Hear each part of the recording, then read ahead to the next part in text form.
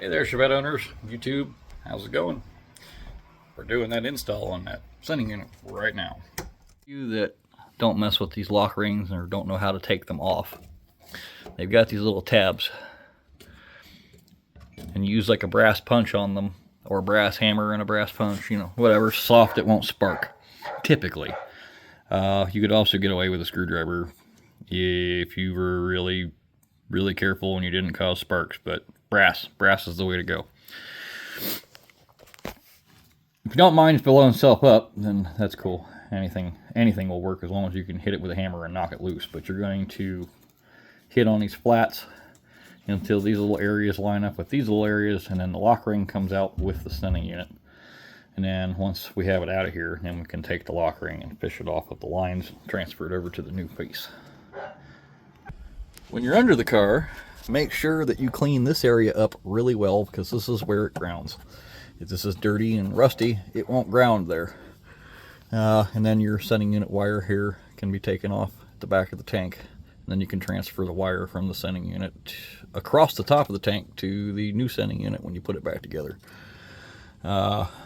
Also, do your rubber lines while you're in here. The 1/4" piece right here and the 5/16 piece right here. Fuel and emissions rated hose, nothing else.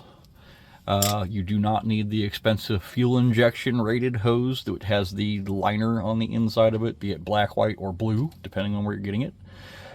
You just need fuel and emissions rated hose. It's much cheaper by the foot. I did have a couple people request that I show them how this lock ring comes off here.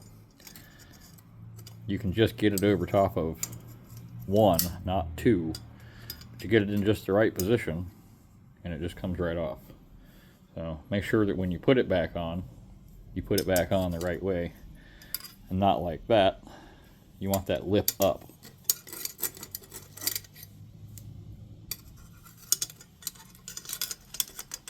Just like it.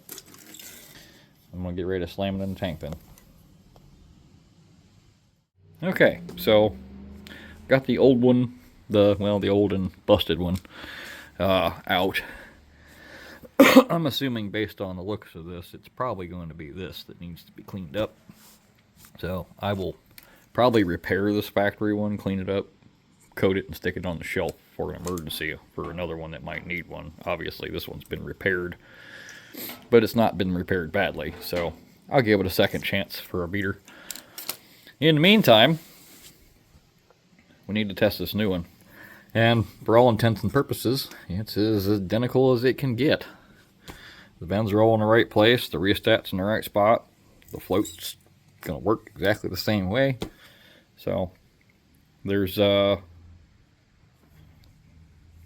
no discernible difference here. So I'm going to toss it down in the tank here after I get the ring transferred, and then we'll go about sticking it up in the car. Like that. It's in the tank and it's ready to go. It's a nice snug fit too. So I'm ready to take it over here to the car. Oh man, look at that moving. Should just be below a half a tank. Be right around a 1/4 tank or so. There's only a couple gallons in this thing, so.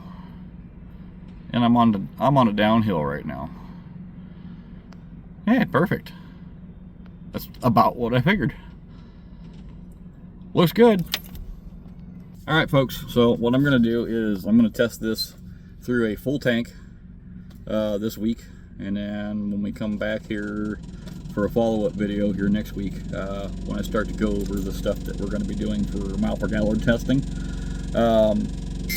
we'll reevaluate the sending unit, and as long as I give it a good okay, it's going to be up for sale. So I've already given Quentin and his dad Tim the information they needed for anything that needed to be changed on it, and then we'll likely be seeing them for sale shortly. So if something comes up before I get the chance to film, I'll drop a short quick video to let you guys know stuff's for sale.